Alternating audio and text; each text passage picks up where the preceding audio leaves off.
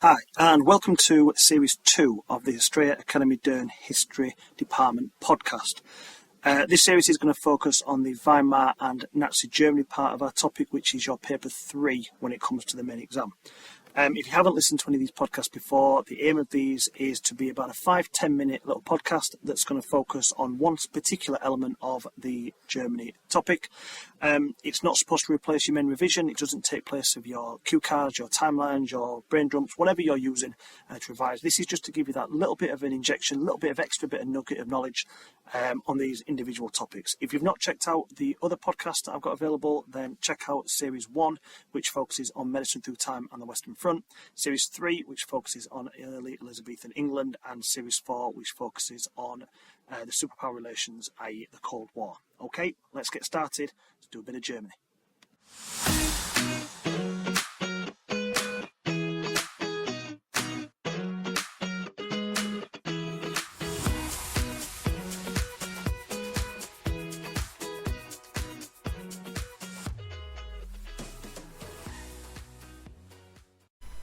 So, this is Chapter 2, Weimar and Nazi Germany, Episode 1. In this podcast I'm going to be looking at two things. The first thing is the Treaty of Versailles and its implications on Germany. The second is the Weimar Constitution, what it was and why it caused problems in the early years of its existence.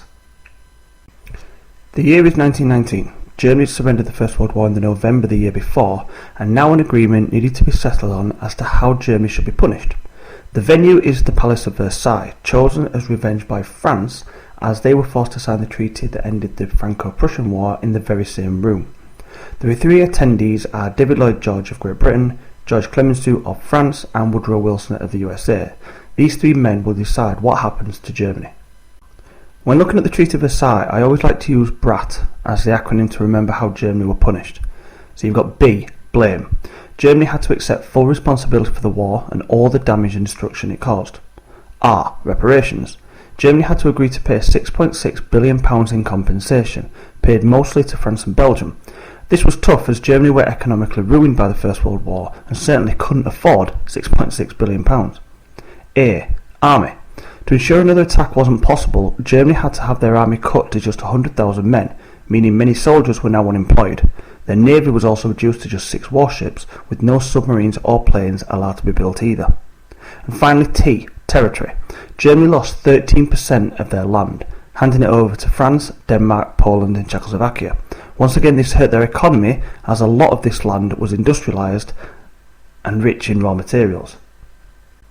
The aim of the Treaty of Versailles was to make all countries in Europe feel safe. However, not only does it ostracise Germany, it would also play a key part in the election of Adolf Hitler and the eventual start of World War II. Less than 2 months after agreeing to the Treaty of Versailles, Germany made their new constitution official. The first president, Friedrich Ebert, signed the document on the 11th of August 1919. This new constitution was billed as the most democratic of all time. They'd looked at the other democracies of the world and merged them to create a one super democracy. Now there are 3 key points that we need to focus on. Firstly, all German citizens over the age of 20 could vote, regardless of sex, class or location. Secondly, there were 2 elections. The president was elected every 7 years and oversaw pretty much everything. The government was elected every 4 years, and from the winning party, the president would choose a chancellor, or what we would call the prime minister. Thirdly, elections were run on something called proportional representation. What this basically means is that if your party received 30% of the votes, then you get 30% of the Reichstag seats. This was supposed to make elections a fairer system. That way you avoid a situation like the 2016 USA presidential election, where Trump got 48% of the votes but still won the election. What it effectively means is that every single vote counts. However, there were 2 negative aspects to this new constitution. Firstly, Article 48. This gives the President the power to close the Reichstag down and rule by himself in a time of crisis. This effectively said that they didn't truly believe in their new system. It was a plan B, a backup, for when everything went wrong. The second issue was to make a mockery of proportional representation, and this was the number of different political parties. If we think of our political situation in Britain today, we could argue that there are at most maybe 5 parties: Labour, Conservative, Lib Dems, Green and UKIP. In Germany in the 1920s there were more than 30 parties. That means it's highly unlikely that a party could ever receive that 51% majority they needed to run the country. This means that parties have to do deals with other parties to form coalitions.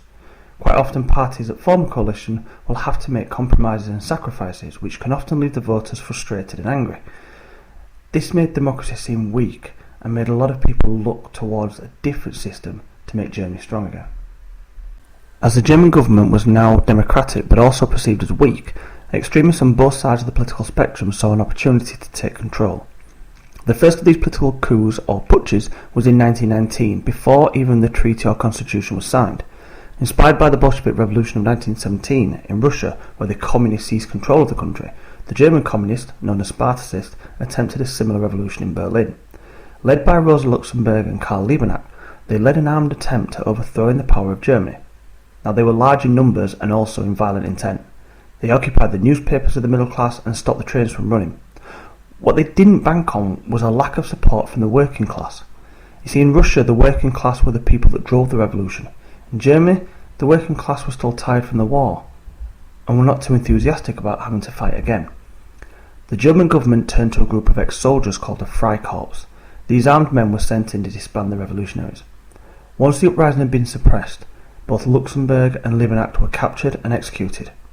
Now, ironically, it's what happened next that would cause the next major uprising. Once these Spartacists were no longer deemed a threat to the Weimar Republic, the Freikorps, the very men who'd saved Germany from a possible communist takeover, were told their services were no longer required and fired. This caused huge unrest in the Freikorps, who felt they still had a role to play in this new Germany.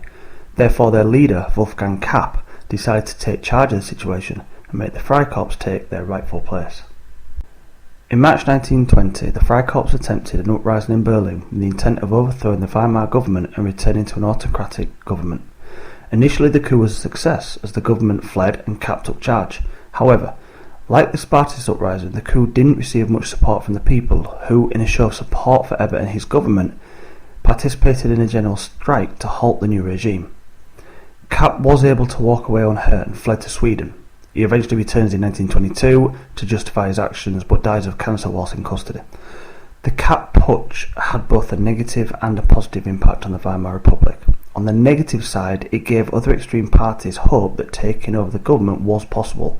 However, on a positive note, it also showed that the people of Germany were willing to see how the Weimar Republic would get on and allow it time to develop. So that's the end of episode 1. If you found it useful, then make sure you check out the remaining episodes on Weimar Nazi Germany. And also don't forget, as mentioned earlier, that there is Series 1 focuses on medicine through time in the Western Front. Series 3 is focusing on early Elizabethan England. And Series 4 focuses on superpower relations in the Cold War. Well done for having a go at this. It is worth it in the end. Keep working hard. Keep doing that revision. You will thank me in August, I promise you. See you later.